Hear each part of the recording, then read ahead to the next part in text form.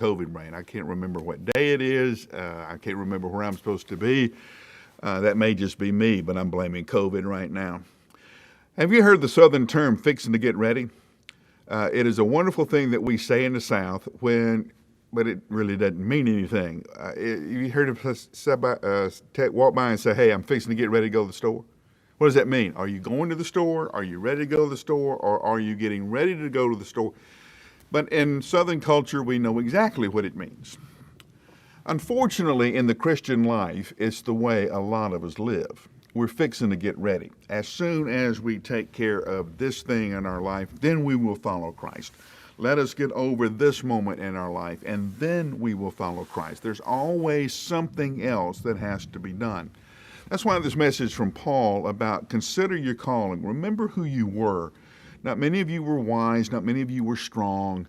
Not many of you were significant. But God has chosen these insignificant things of the world to overcome the strong and the wise. Now, the first thing is that a lot of us feel or think is that we have to go do something before Christ can use us. We have to go earn a degree. We have to go to some kind of training. We'll say, hey, we want to have gospel conversations, and you say, great, where do I go get trained to do this? And the fact of the matter is, there's nowhere where you can go get trained, not for the things that Christ will need in your life. For instance, Paul tells us that this is the fruit of the Spirit. Love, peace, joy, faithfulness, gentleness, kindness, self-control. These are the fruit of the Spirit. These are the ways that we know Christ is working in your life. These are the things that a Christian needs to follow Christ. We need to be patient. We need to be faithful. Where do you go to learn that? Where do you go to get a degree in faithfulness? How do you get a certificate in patience?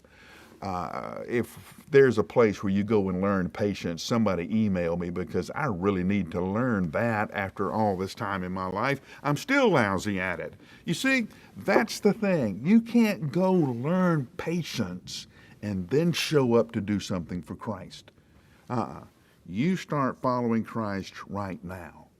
You start obeying Christ right now. The patience, perseverance, faithfulness, love, peace, joy, that is the fruit, the consequence of this comes from your following Christ. It's not something you go get somewhere else and then come bring when you follow Christ. You recognize, I have to recognize that I have nothing to offer Christ. I have nothing to bring to this relationship. One time the boys were arguing with me about something, and I said, listen, boys, you need to understand something. We're not negotiating. Two things have to happen for a negotiation to be in play. One, you and I have to be equal. We're not equal. You have to have something I want. You have nothing I want. We're not negotiating with Jesus. We're not bringing anything to Jesus. Jesus has everything he needs. He's King of Kings, Lord of Lords, creator, maker of everything. He doesn't need anything from us but us. So we have this thing about Jesus, let me get through high school, let me get through college, let me get my first boy or daughter raised, then I will be serious about following you. And there's always another reason not to follow, and we never come. We're always fixing to get ready. We just never go. So on this Wednesday, this is a good day to sit down and remind yourself the only thing that Jesus wants from you is you. He'll put everything in your life that you need to follow him. He'll place in your life everything you need to obey him. But don't think you have to go somewhere else to get something and then come. By then, it'll be too late. So what is it that you need to let go of? Just to drop whatever expectation or thing that's holding you back. What is it that you need to let go of right now so you can follow Jesus with all your heart, all your life, all your mind, all your strength? I'll give you about 60 seconds to think about it, and I'll see you tomorrow.